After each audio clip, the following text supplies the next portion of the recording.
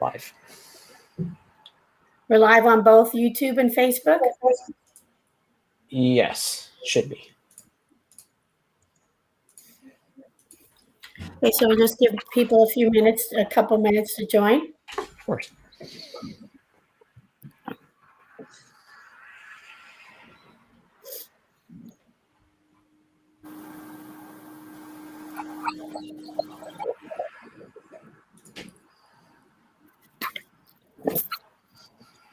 Matthew, once we start talking, then you could start to record it, okay? Can you say that again? I'm sorry, I didn't hear you. When I start talking, then you could start to record it? Of course. One moment. Thank you. Yeah, of course. Okay.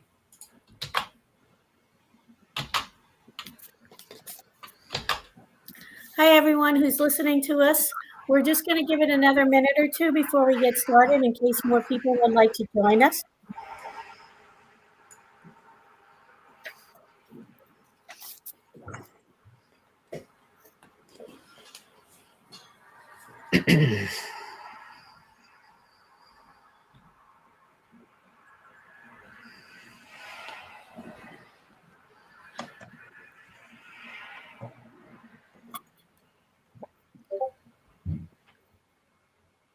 We have our first message on the sideboard, people.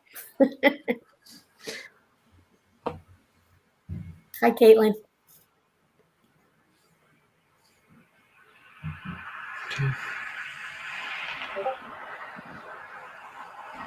Hey, everyone. We're just going to wait a minute or two just before we get started with our program. So if you just be patient, we want to give it a little more time so some other people can sign on, since this is a new way that we're doing a program through this service.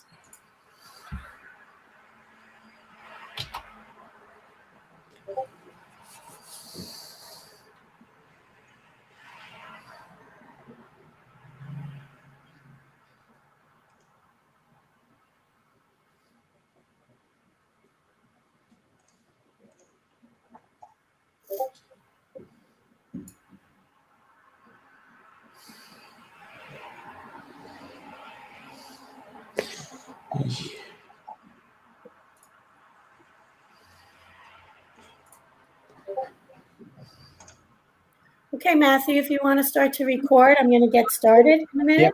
Yep. Let me give you a count. If everyone else wants to mute themselves. I'm sorry, one moment. Okay, you tell me when, Matthew. Yeah, of course. Okay, 3, 2, 1. Good evening. Let me take a moment to introduce myself.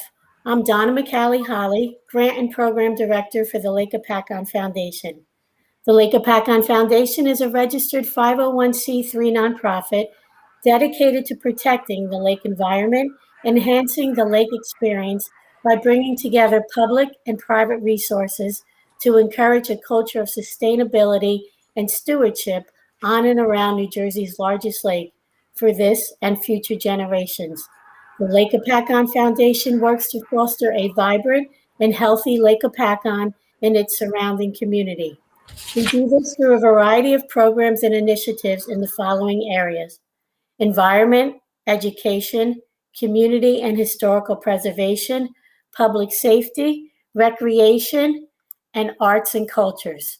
Thank you so much for joining us for the Smithsonian Stories presentation to examine the environmental, social, and economic impacts of the widespread 2019 harmful algal blooms on Lake Hopatcong. Joining me this evening, and I'm very proud to present my co-host, Veronica Carrion, Kailey Pasquariello, and Matthew Sinchi, the student project team, and Dr. Nancy FitzGerald, Academy for Environmental Science teacher at Jefferson Township High School.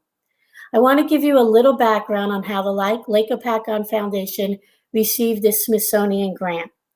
In 2016, the foundation applied to the New Jersey Council for the Humanities to host a Smithsonian Waterways traveling exhibit, which we were selected to host for 6 weeks in July and August of 2019. And if you go back to that time, you'll recall that it was right around the time when the harmful algal bloom outbreak began. As a Smithsonian host organization, we were eligible to apply for the Stories Yes program, and we were selected to do the Stories Yes video, focusing on our educational field trips we hold each spring at Hopatcong State Park. When the field trips were canceled in spring 2020 due to the pandemic, we were unable to move forward with the Yes Stories last year. Last fall, Dr. FitzGerald recommended some of her students from the Environmental Science Academy, and Veronica, Kailey, and Matthew put forth a proposal to change the project scope to tell the story of the harmful algal blooms. The students are required to complete an internship in the final year of their Environmental Science Academy, and the Stories Yes is their internship project. The project is supported by the Smithsonian Stories Yes program, which is a youth engagement and skill building program to encourage young people across the country to engage with their communities to discover and digitally document their unique history. Funding for Stories Yes is generously provided to the Museum on Main Street, MOMS, with internal Smithsonian Institution support from the Smithsonian Youth Access Grants. MOMS is a partnership between the Smithsonian Institutional Traveling Exhibit Service and the State Humanities Council, which in our case is the New Jersey Council of the Humanities. Before I turn the program over to Dr. FitzGerald and the student team, I would like to take a moment to go over a few logistical items. This program is being recorded. If you have any questions, please submit them through your chat or comment section in Facebook or YouTube, and we will answer your questions throughout the program. Additionally, we are using a new restreaming service to us. When we begin viewing the 3 videos, there will be a slight time delay until the videos begin to play, probably about 10 to 15 seconds. Your patience are appreciated during the delay. And now, please join me in giving a warm virtual welcome to Dr. Nancy FitzGerald. Nancy, please.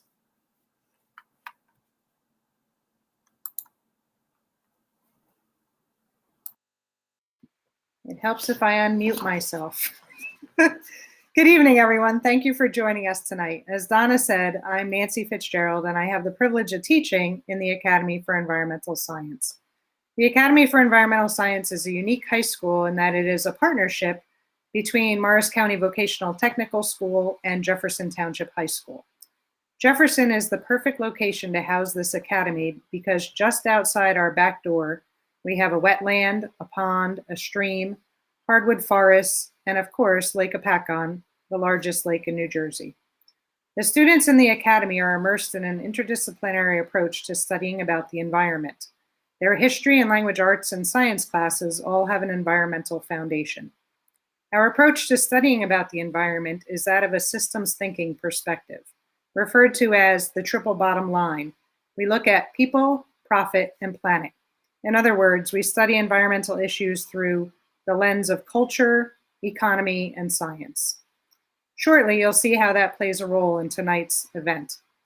When the harmful algae bloom hit in 2019, it quickly became a topic that was discussed in class.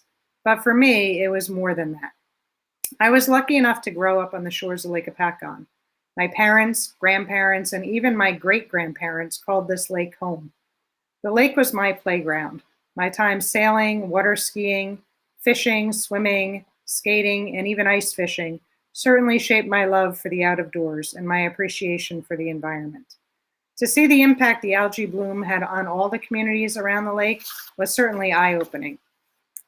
Tonight, I'm so excited to view with you the projects that these students have been working on as part of their internship with the Lake Hopatcong Foundation.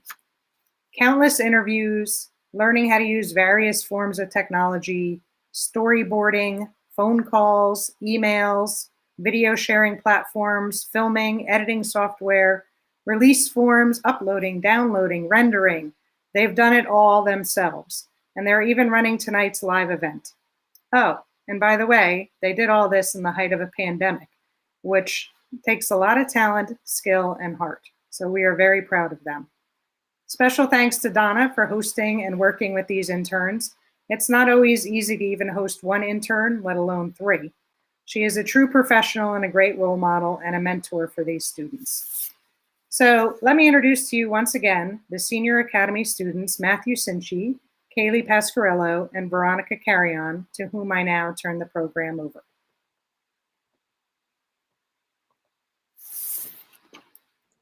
Hello, my name is Veronica Carrion. I'm a student at the Academy of Environmental Science. In this project, I took charge of the script writing and the editing. Ever since I was young, I've always been a bit of a curious child. I wanted to learn more about the world around me, and I was thrilled when the Environmental Science Academy gave me that opportunity. I love learning about the natural world and the many different aspects that played into environmentalism. However, learning about it and experiencing it were two different things. When the HAB began on Lake Hopatcong in 2019, I was incredibly involved, attending town meetings, speaking with residents and business owners, and playing my part to encourage change so it wouldn't happen again. I was amazed by the numerous different people who all had different opinions and views regarding the HAB. This project gave me an incredible opportunity to take a closer look at these people and educate others, not only in my community, but around the country as well. In the future, I'd like to partake in similar projects, as I'm going to be going to the New College of Florida and aiming for degrees in both environmental studies and English. And that said, I present to you the first out of our series of 3 videos, where we examine the environmental science impacts of the algae bloom.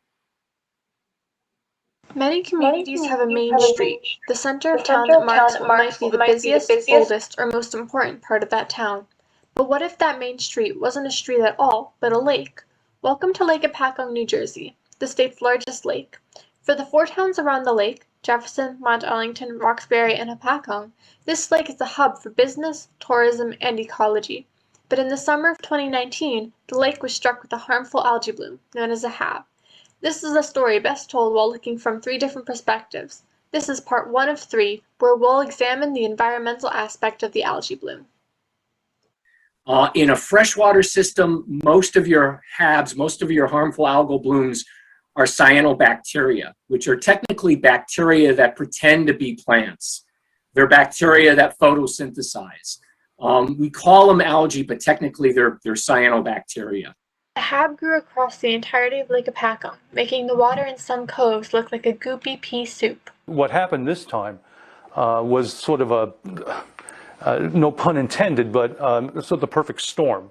We had a lot of rain, phosphates from lawns and fertilizers washed into the lake, as it always does. But and then it was very warm. All of those contributed to the algae bloom. Now, typically, to get a really nasty HAB bloom, there are 3 things that the cyanobacteria like. First, they like warmer temperatures. And we've seen that, like at Lake Hopatcong, we have a statistically significant increase in the surface water temperatures in the summer months. Now, the thing about cyanobacteria is they can fix their own nitrogen from the atmosphere. So unlike other algae that need a lot of nitrogen, they don't need a lot. They can pull it from the atmosphere. But to do that, they need a lot of phosphorus. And that's why when you see more phosphorus, you'll see more of the cyanobacteria. Phosphorus can be found mostly in fertilizer or in fecal waste. It starts out when they fertilize their lawns, especially the people on the lakefront. There's phosphate in the fertilizer. Then it rains and that washes into the lake. Also, even back from the lake across it, when people fertilize their lawns, it gets into the storm sewers. All those storm sewers enter into the lake. Once the algae is given the proper conditions to grow, it can get out of control, causing a myriad of issues. As I said before, a cell can produce toxins at any time, and the toxins are associated with even more serious health effects. They're not just, sort of an inconvenience. They can be quite dangerous, particularly for children who are more prone to accidentally ingesting water when swimming and playing. Some people have allergic reactions. You can feel nauseous, dizzy. This is if you have really high concentrations. Health concerns also shift to the animals and pets around the lake. So if a dog is playing on a beach and they're hot, they're just going to jump into the water to cool down. And even if they don't drink that water, when they come out, a lot of times they're licking their fur. And dogs are more susceptible to these cyanotoxins than people. As the algae bloom grew, experts turned their attention to figuring out the best way to deal with the HAB. We put together an expert Harmful Algal Bloom panel, which is filled with state and local experts, as well as some out-of-state folks, who will help us try to craft some guidance. We are meeting regularly with local officials, and generally just trying to partner with them and make sure that they're educated about the threats and the underlying causes. The DEP was working hard with local governments to find solutions and preventative measures. So we've been working with the commission since their inception. We helped them develop number one, a management plan for the watershed. We had one, but it was 12 years old and needed to be updated.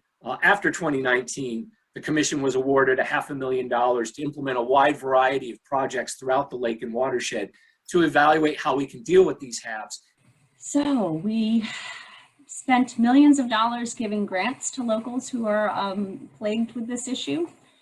We continue to promulgate rules that are aimed at reducing nutrients through our stormwater regulations, Phoslock, which is a substance that sort of locks up that excess nutrient of phosphorus, and some aeration, among some other projects that we, longer term ones that we are funding as well.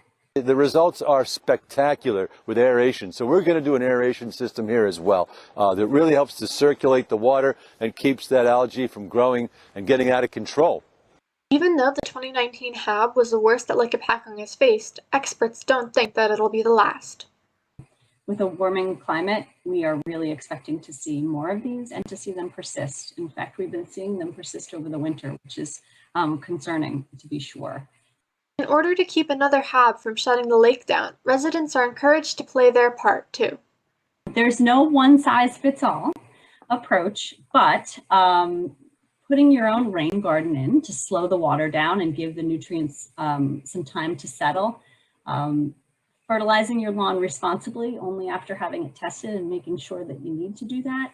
Maintaining your septic system is a really important management technique to make sure that it gets pumped out regularly. Something as small as picking up after your pets is important. So if you live in the watershed, anything you can do on your property to minimize your particular load goes a long way. And it doesn't sound like a lot, but 1 pound of phosphorus can generate up to 1,100 pounds of that green cotton candy you see in a lake or pond. What they want to do is get people to build a little garden, a buffer just before their property enters the water, back about 4 foot, and make plants, and that'll take the water and filter it before it gets into the lake. So some of the homes are on septic. So if they pump out their septic system once every 3 to 5 years, that alone will reduce their septic load of phosphorus by 20 to 30%. With the proper treatments and attention, the HAB can be kept under control to ensure that the events of 2019 don't repeat themselves. The Department of Environmental Protection has moved out with a very, broad-based program to try to confront algal blooms. A lot of it has been funding to do demonstration projects, and a demonstration projects not just to fix the problem if it happens, but try to prevent it from ever happening. To learn more, visit the New Jersey Department of Environmental Protection website at nj.gov/DEP/HAB. Thank you very much for that, Veronica. And now I'd like to introduce Kailey Pasquariello to introduce our next video and herself. Take it away, Kailey. Hello, my name is Kailey Pasquariello. I joined the Academy for Environmental Science because I wanted to learn about a world that I hadn't much known previously. What I learned, mostly about how to live a sustainable life, has helped me change my lifestyle to have a lesser impact on the environment. My education helped me view the environment as an important part of my life, so when the algae bloom broke out on the lake, I wanted to help make others aware of it and how to prevent it in the future. For this project, I dealt with the communications and carried out the interviews. This project gave me the opportunity to make others aware of the harmful algae bloom and ways to prevent it, as well as improving my skills in communications, as I had to email and call people to set up interviews with them. I found that I enjoyed hearing everyone's different perspectives on how the harmful algae bloom affected them, their business, or their community as a whole. Learning to communicate has better helped me enforce my dream of becoming a nurse, which I will attend Ramapo College for. The second video of the series displays the social aspect of the harmful algae bloom, where we examined recreation on the lake.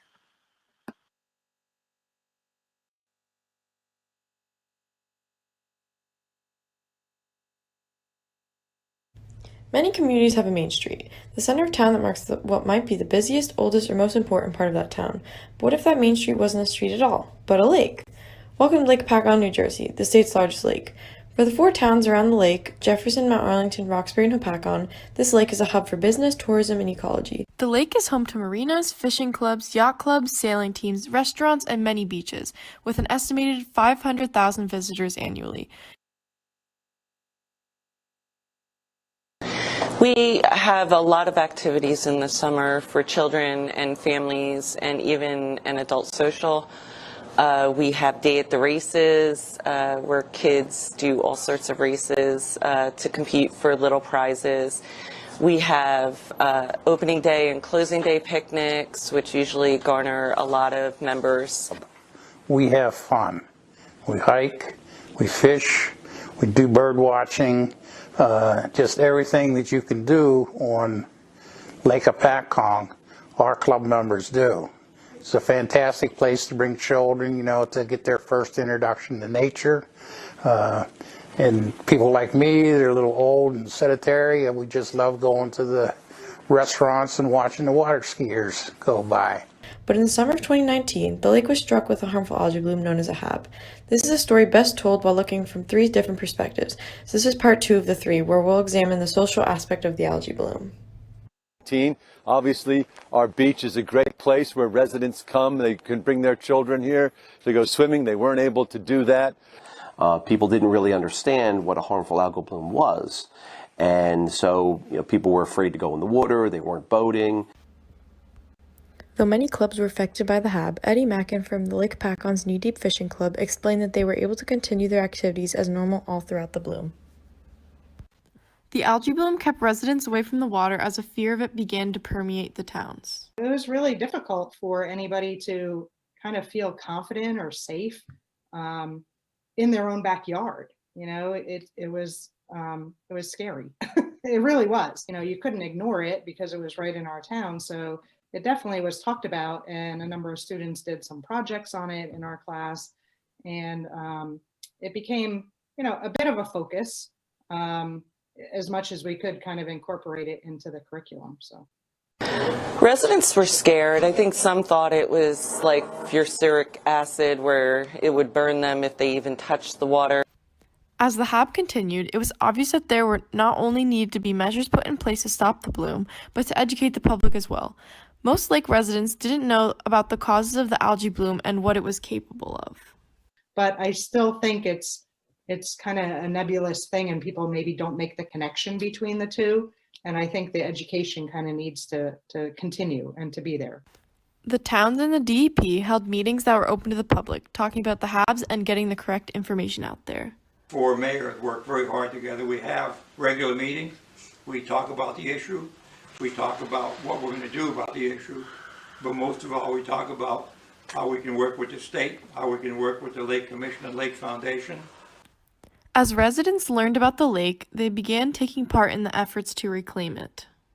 And so we wrote a lot of letters, advocated for additional funds, which I think the Senator Oraho and Congressman or Assemblyman Space and had pushed through the Assembly.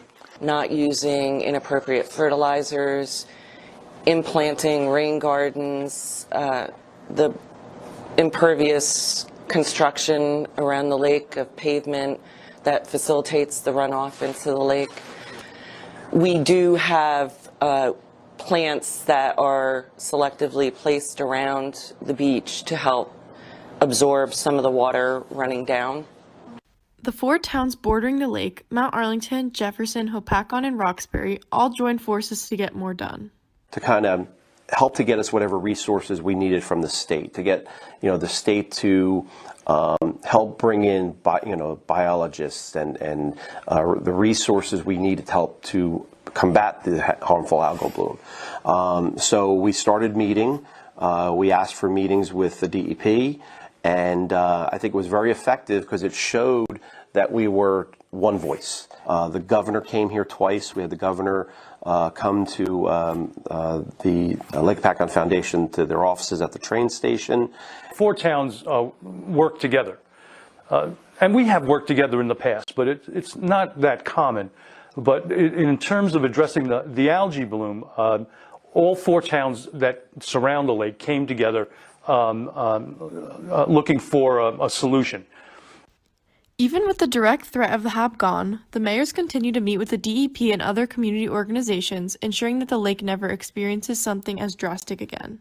This is all really important to us, and we're going to fight for every dollar we can get to help fix or do what we can to fix the problem of the harmful algal bloom on Lake Hopatcong.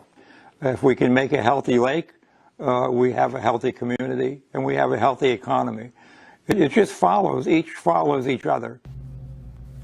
To learn more, visit the New Jersey Department of Environmental Protection website at nj.gov/DEP/HAB.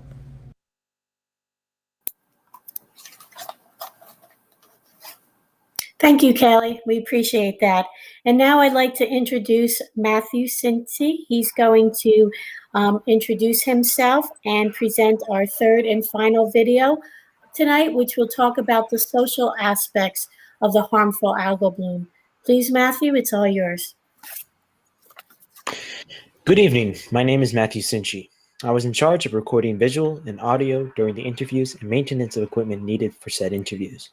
I will be attending the University of Connecticut studying environmental engineering and joined the Air Force ROTC detachment within the university. When I joined the academy, I wanted to grow my understanding of the deteriorating state of the environment and its effects on people. I also felt that this field was my life calling, which was encouraged by my participation in Boy Scouts. The reason for me wanting to be part of this project is so that I can help people understand the effects of the HAB of 2019 and gain more understanding of the issue itself. Throughout the project, I had to learn new skills and broaden my understanding of the HAB's danger on the environment and its various effects on the community. The 3rd video of the series will be discussing the HAB's effect on the economy of the community. Many communities have a main street, the center of town that marks what might be the busiest, oldest, or most important part of that town. But what if that main street wasn't a street at all, but a lake? Welcome to Lake Hopatcong, New Jersey, the state's largest lake. For the 4 towns around the lake, Jefferson, Mount Arlington, Roxbury, and Hopatcong, this lake is a hub for business, tourism, and ecology. But in the summer of 2019, the lake was struck with a harmful algae bloom, known as the HAB. This is a story best told while looking from 3 different perspectives. So this is part 3 of 3, where we'll examine the economic aspect of the algae bloom. And so basically the lake as we know today has been that way since the 1840s. But in its heyday, if you will, Lake Hopatcong was a major Northeast resort. It had over 40 hotels and rooming houses on the shores of the lake, 2 separate amusement parks on the shores of the lake, all types of activities, both day and night, for people. In many ways, it was the Jersey Shore before the Jersey Shore. The lake is home to dozens of businesses that rely on the summer commerce as people go out on the water to enjoy the summer sun. There are clubs, restaurants, marinas, yacht clubs, fishing clubs, bars, and beaches where an estimated 500,000 people visit the lake annually. Our restaurants, our marinas, gas, you name it. People. It's New Jersey's largest lake, so you have so many people that come to use it as a recreation source. And people come out in much greater numbers than they do at other times in the year, whether it's the lake restaurants, to rent boats. They just come into the area to make use of the lake. And literally thousands of people come here on weekends. In a particular cove alone, you might get 400 boats in our busiest cove. The harmful algae bloom swept in, suddenly putting the lake under advisory and leaving many business owners in a tough spot. All of our businesses suffered because the lake was virtually shut down. So all the businesses in Roxbury, which borders the lake through the landing area of our town, those businesses, the marinas, and everything associated with a business around the lake just stopped. A lot of people didn't put their boats in because they were afraid of the algae bloom. Again, people wouldn't go water skiing, they weren't sailing, they weren't really doing any activities on the water. So definitely affected us. Well, when we had a shutdown, we weren't allowed to continue it as normal because they had basically, the state had told us that, we couldn't do it. So all of a sudden, businesses didn't get the businesses, didn't get the, any customers. You didn't have people coming into the bagel shops, the liquor stores.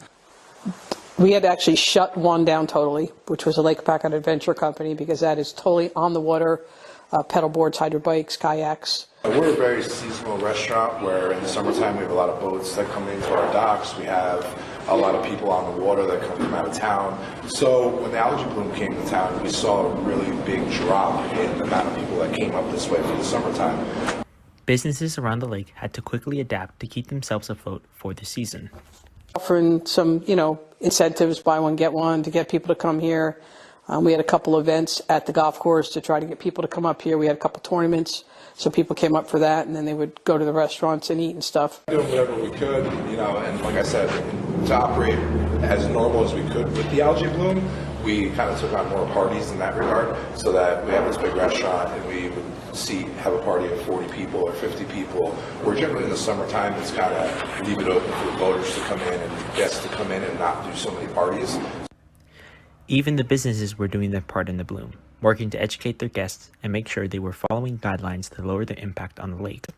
And my owner is very supportive of ecological friendly things to the lake. So we actually treat our water to, again, try to help with making sure that we don't put anything into the lake that could possibly, the drainage systems around here. We have a huge drainage system around here to keep the water from running off and taking all those pesticides. But I think getting the right information to our customers, to our employees, so that when people approach them with, questions and, can I go out there and am I going to get a rash? Am I going to die? They know the right answer to tell them, and to educate everyone on that algae bloom so people don't become so fearful next time. So just keep encouraging people to get on boats and go out there and have fun. Maybe not swim so much if an algae bloom comes up, but keep people in line with, the fun activities that we can do, to really try to kind of promote Lake Hopatcong and let people know it is the state's largest lake. So we kind of want to let people know, just because there's algae bloom, you can still go on the water, just maybe don't go in the water as much, but you can still enjoy those recreational activities. To learn more, visit the New Jersey DEP website at nj.gov/DEP/HAB.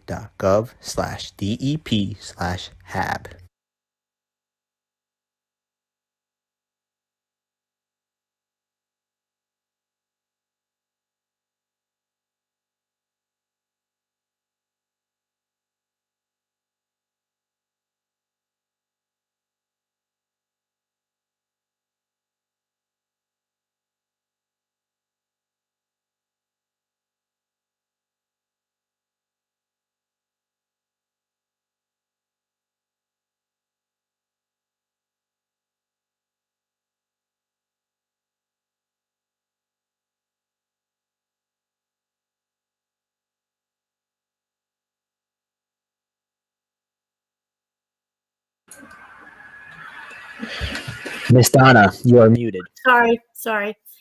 I would like to thank our students for their time and putting together a great program. We've been working on this program since last October, meeting bi-weekly. We had special training from the Smithsonian for the students to learn how to storyboard and put together the videos. I think they did an outstanding job, and their commitment, I hope showed through in the videos. If any of you have any questions regarding the program or the Smithsonian guest stories, please feel free to put them in the chat. Otherwise, if anyone else on the team has anything else to say, we'd like to thank you all for participating.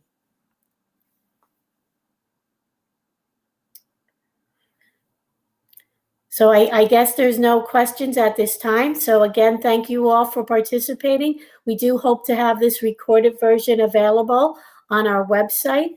And there is a question now that came through, so I'm just going to take a moment to answer it. It's asking if we know about how HABs affect humans, but how do HABs affect life in the lake? Are there adverse effects on the fish, reptile, etc.? Is it bad to eat the fish taken from the lake during the HAB? So one of the folks that we interviewed from the on the video was Ed Mackin from the Knee Deep Club. He indicated that the Knee Deep Club, which is the biggest fishing club on the lake, that they continue to do their activities of fishing, but the Knee Deep Club promotes a catch and release mindset. So as far as I know, they don't normally eat the fish on the lake. And I know that on the DEP for their advisory, they do tell you when at what advisory level they recommend not eating the fish. So, and as far as the fishery, we did not really see an adverse effect on the fishery that year. We fortunately didn't see any fish kills or anything. So our fishery seemed to fare very well during the HAB, surprisingly. So I guess that concludes our program. If everyone, I know it's hard to give a warm virtual thank you to our team, but again, thank you all very much for your participation, and to the students for doing an outstanding job. And that concludes our program this evening. Have a wonderful evening, and thank you all for participating. Say bye, team. Bye, everyone. Thank you, Matthew, for doing an outstanding job on our technological aspect of the program.